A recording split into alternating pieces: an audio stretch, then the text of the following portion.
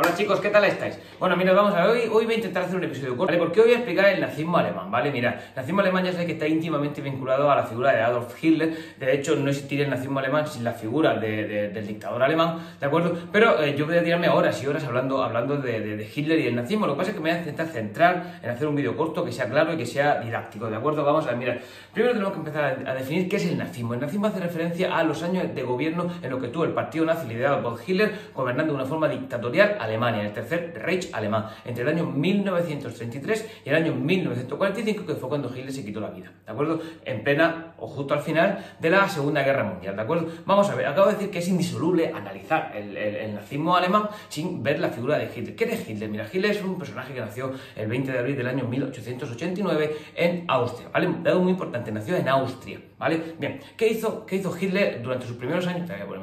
Durante sus primeros años, lo que hizo Hitler, bueno, pues él no tuvo suerte en la escuela primaria, no le interesaba mucho, acabó la escuela primaria sin el título, tenía problemas con su padre, porque su padre le pegaba a su madre, bueno, es decir, durante sus primeros años realmente él no tuvo una infancia tranquila. De hecho, una vez que murió su padre, se movieron por diferentes puntos del Imperio Austrohúngaro, porque él era austriaco, repito, junto con su madre y con su hermana Paula, y realmente él empezó a ver que a él no le gustaba la mezcla racial que se vivía en el Imperio Austrohúngaro, y él ya desde muy pequeño ya demostró un odio hacia los judíos y hacia diferentes razas y hacia diferentes etnias. Ella se fue perfilando su personalidad, que en el futuro explotará dentro del nazismo y dentro de la exaltación, como veremos ahora, del racismo y del antisemitismo, ¿de acuerdo? Bueno, después de eso, de estar por diferentes lugares de Austria, él, siendo un adolescente, se trasladó solo a Viena, ¿de acuerdo? Porque su interés principal en la vida era ser pintor, ¿de acuerdo? Y él quería entrar en la Escuela de Bellas Artes de Viena. Entonces, una vez que estuvo en Viena,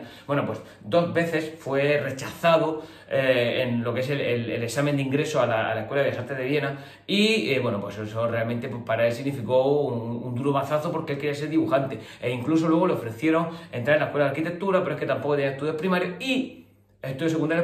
y ocurrió un hecho, que estalló la Primera Guerra Mundial. Él estalló la Primera Guerra Mundial y justo él se había trasladado a Múnich. ¿Por qué le pilló el estallido de la Primera Guerra Mundial en Múnich? Porque él había dejado Viena, ¿de acuerdo? Y se había ido a Múnich para ver si allí podía tener más suerte en las escuelas de Bellas Artes de Múnich, que no eran las mejores del mundo, que las mejores del mundo estaban en Viena, pero por lo menos podía entrar. Bueno, estando allí se afilió al frente y entró como voluntario con el ejército alemán, ¿de acuerdo? Múnich pertenece a Alemania y entró con el ejército alemán. Una vez en la guerra, él participó en la guerra, y él, bueno, pues en la guerra, pues mirad, fue ascendido a cabo, ¿de acuerdo? Fue condecorado 2 veces, fue herido otras 2 veces, ¿de acuerdo? Bueno, a él al final de la Primera Guerra Mundial le pilló en un hospital porque había sufrido, había sido víctima de un ataque alemán, un ataque británico con gas venenoso, y se quedó temporalmente ciego. Y la derrota de Alemania en la Primera Guerra Mundial la vivió en el hospital estando convaleciente. Dicen que todavía le acentuó más los síntomas que él tenía, y todavía su ceguera, que estaba ya remitiendo, volvió debido al mazazo que significó. De hecho, para él, a Alemania perder la guerra, para él fue un sentimiento de humillación, un sentimiento de derrota. Él quería revancha, se sintió desprotegido, se sintió humillado. Él quería desde un primer momento, quería revancha, es decir, estaba obsesionado con crear una gran Alemania, ¿de acuerdo? Bien. Una vez que acabó la guerra, él volvió a Alemania, ¿vale? Y allí se encontró que no tenía ni oficio ni beneficio. Entonces decidió, pues, intentar quedarse en un ejército, pero en el ejército alemán, un ejército que estaba totalmente reducido a la mínima expresión. De hecho, se habla entre 50 y 100.000 soldados, según decía el Tratado de Versalles, que Hitler siempre rechazó. Dijo que el Tratado de Versalles era humillante para Alemania y que eso tarde o temprano había que revocarlo. Bueno, pues él, oye, mira, consiguió quedarse en el ejército, y dentro del ejército, pues empezó a tener dentro de su batallón una función de medio espía, ¿vale? Porque en Alemania hubo un intento de implantar una república socialista, una república comunista, pero fracasó. Entonces, bueno, dentro del ejército empezaron a buscar, a depurar responsabilidades. Y a él, pues, primero se tuvo que ser un espía dentro de su ejército, y luego lo mandaron a un mitin de un partido. Y el mitin del partido era el Partido Obrero Alemán, un partido que era de tinte nacionalista. Mira, cuando en esta época se habla de tinte nacionalista, pensad que estaba de moda en este momento, es decir, ser nacionalista estaba de moda en ese momento, ¿vale? No es que ahora un partido nacionalista de extrema derecha está súper mal visto en los valores democráticos, normal, pero en esa época no, ¿vale? Entonces, ¿qué ocurrió? Que Hitler lo que hizo fue, se metió en ese partido y en una de esas veces hizo una intervención, y fue tal la intervención que hasta los propios ponentes del meeting se acercaron a Hitler y se interesaron por su figura. Oye, mira, fue la cosa que al final se afilió en ese partido y mirad, del Partido Obrero Alemán, que era ese, en el año 1921 él creó o lo convirtió en el partido nazi, ¿de acuerdo? Ya lo llamó el Partido Nacional Socialista y abreviado el Partido Nazi, y pronto se hizo con las riendas de ese partido, que al principio era minoritario, pero oye, que poco a poco fue creciendo.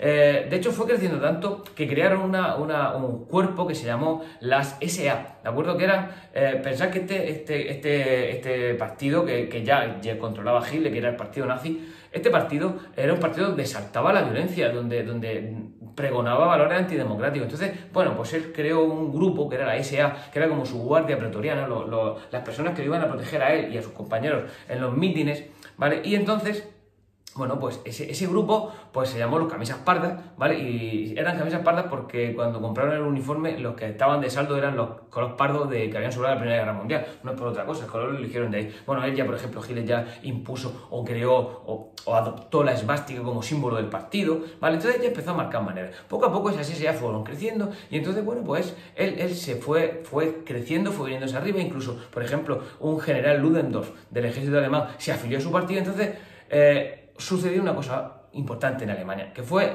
la invasión de la cuenca del Ruhr por parte de los franceses. Ya sabéis que esto lo he explicado en vídeos anteriores, que los alemanes no pudieron pagar las reparaciones de guerra a Francia, entonces Francia decidió, mediante un tratado, un artículo del Tratado de Versalles, decidió invadir la cuenca del Ruhr para aprovecharse económicamente de esa zona rica en carbón, ¿vale? Bueno, pues eso para Hitler significó, bueno, otro golpe más, otro golpe en la moral, y decidió dar un golpe de Estado, que se llama el Putsch de Múnich, o el Putsch de la cervecería de Múnich del año 1923, ¿de acuerdo? Su objetivo era coger el poder de una forma pacífica, de una forma rápida, pero al final, bueno, no me envió mucho, el Putsch de Múnich fracasó, murieron 14 personas, él fue detenido, Hitler fue detenido y fue condenado a 5 años de cárcel. Lo que ocurre es que estamos en una época donde realmente todavía, repito, los valores antidemocráticos estaban bien vistos. Alemania lleva muy pocos años de democracia, había salido del segundo Reich, que era con Guillermo II.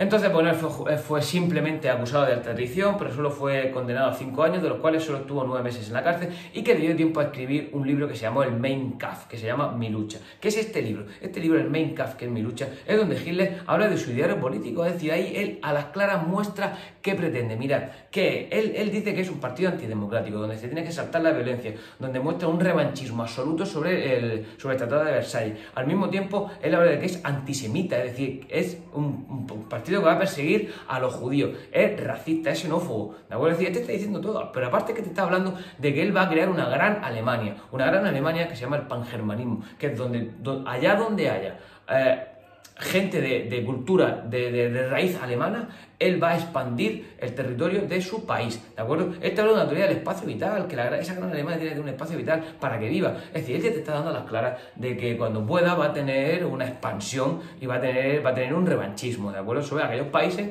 que la han derrotado en la Primera Guerra Mundial y sobre todo que según él, la han humillado en el Tratado de Versalles, ¿de acuerdo? Bueno, después de estos 9 meses, él sale de la cárcel y se encuentra en un ambiente distinto. En Alemania ya no está tan convulsa, Alemania ya ha recibido dinero de Estados Unidos, ha recibido una ayuda económica de Estados Unidos y entonces ahora mismo el partido nazi baja. El partido nazi baja, el seguimiento del partido nazi ha bajado, también es verdad que él ha estado en la cárcel, pues no es lo mismo, no tiene la misma fuerza. Entonces él decide que va a dejar a un lado lo que son las armas, lo que son los golpes de Estado e incluso el discurso antisemita lo va a dejar a un lado, el discurso antisemita radical, y se va a centrar en ser un poco más moderado. ¿Qué ocurre? Que bueno, van pasando los años y no va aumentando el éxito del partido nazi y poco a poco el comunismo en Alemania va introduciéndose, va asentando, el Partido Comunista va ganando adeptos, hasta que llega el crack del 29. Llega el crack económico del año 1929, la Gran Depresión, y con eso de nuevo vuelve el paro, vuelve la delincuencia, vuelve el problema, sobre todo que culpa a los alemanes, a la democracia en Alemania, de estos problemas que están surgiendo. Por lo tanto, de nuevo, un partido radical, como el partido nazi que promete soluciones rápidas, drásticas, bueno, otra vez empieza a coger fuerza. Por lo tanto, a partir del año 1929, él vuelve a crecer en las elecciones. Él vuelve a crecer, él vuelve a tener cada vez más votos, hasta que en el año 1932 se convierte en el partido más votado en Alemania. Atentos, es el partido más votado en Alemania. Y en el año 1933, en enero, el presidente de la República, Hindenburg, lo nombra canciller alemán. ¿El canciller alemán quién es? El canciller alemán es el primer ministro, ¿de acuerdo? Es como si fuéramos el presidente del gobierno y por encima de él está el jefe de Estado, que en este momento es el jefe de la República, el presidente de la República, que es el mariscal Hindenburg, ¿de acuerdo? Hindenburg tenía mucha mano, era un hombre ya muy mayor y, bueno, una vez que está Hitler en el poder, automáticamente lo que intenta es, va a intentar imponer su estado nazi, ¿de acuerdo? Lo que es el nazismo. ¿Cómo lo hace? Pues mira, lo primero que hace es poco a poco va a intentar quitarle poder al Parlamento, ¿de acuerdo? Entonces es lo que hace, bueno, lo que hace. Se supone que ahí él convoca las nuevas elecciones, ¿de acuerdo? Las elecciones que las va a convocar para marzo de ese año 1933, pero ¿qué ocurre? Que una semana antes de que se produzcan estas nuevas elecciones, en las que él pensaba ya que quería coger todo el poder, se incendia el Reichstag. ¿Qué es el Reichstag? Es el Parlamento alemán. Y son culpados los comunistas.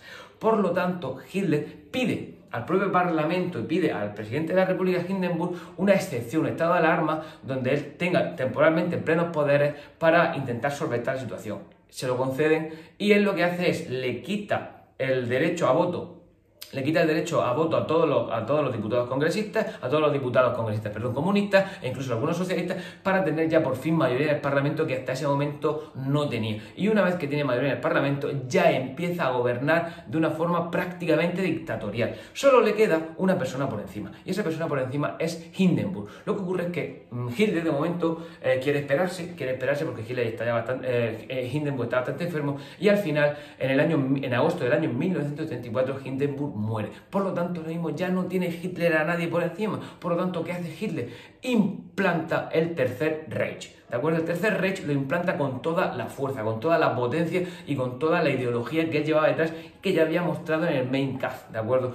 De nuevo ya vuelve el discurso antisemita, el discurso racista, el discurso xenófobo, el discurso agresivo con las políticas extranjeras, el discurso revanchista, ¿de acuerdo? Es decir, ya vuelve el deseo de la gran Alemania, que la raza aria es la superior por encima de todo, es decir, el discurso del Hitler totalitario y dictatorial que ya conocemos, ¿de acuerdo? Bueno, una vez que ya tiene plenos poderes, por ejemplo, ya ha creado los campos de concentración, donde van a ir la gente con la que no está de acuerdo. Pero es que se inicia con un movimiento totalitario, que ya expliqué que los movimientos totalitarios son aquellos que, además de imponer la fuerza y de controlar todo mediante una propaganda brutal, de controlar las mentes de las personas y de ser muy seguido, porque el movimiento de Hitler fue súper seguido, ¿de acuerdo? La gente al principio quería a Hitler y lo veía como el salvador de la nación. De hecho, hacían unos mítines donde todo estaba controlado, donde había una propaganda, donde había un control de la educación, donde había una censura, donde estaba todo, absolutamente todo medido por el régimen y todo controlado. Bueno, pues empezó primero a eliminar la gente que le sobraba dentro de lo que era la órbita del partido nazi. Mirad, las SA, esa guardia que se creó en el año 1921 para protegerlo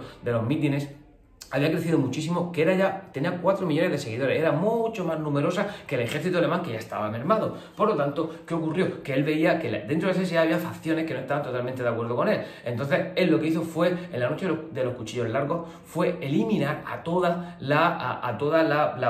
dentro de su partido a todos los que le sobraban, ¿de acuerdo? Entonces hizo una purga tremenda, ¿de acuerdo? Ejerció una gran represalia. Pero es que a partir del año 1935, con las leyes de Nuremberg, empezó ya a gestionar lo que iba a ser su estado nazi y sobre todo su estado antisemita. Por ejemplo, a los judíos les prohibió tener puestos públicos, les prohibió el matrimonio mixto, es decir, ya empezó la persecución sistemática de los judíos. Y de hecho, luego había otra sección que se llama las SS, que esa era una guardia mucho más controlada por Hitler, era ya más una guardia personal, ya no del partido, sino una guardia personal de Hitler, y ahí sí que estaban sus allegados, y esos allegados empezaron a hacer pues diferentes intervenciones y diferentes ataques contra los guetos de los judíos para imponer el miedo. Mira, porque en este tipo de régimen o estás con Hitler, ¿de acuerdo? Y está súper ferviente, o se basa en la teoría del miedo para que tú no estés para que tú no estés, por lo menos no estés contra él, o no lo hagas público y no hagas nada en contra de él. ¿Por qué? Porque se fomenta la violencia.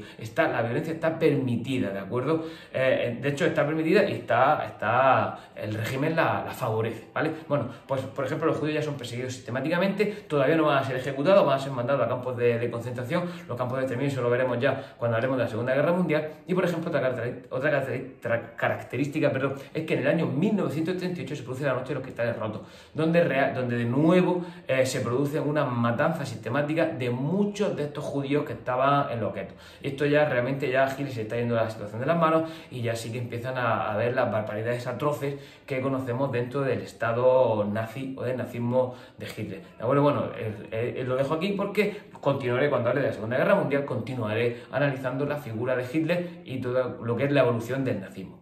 Bueno, pues lo dicho, chao, espero que esto os sirva y que os guste. Hasta luego.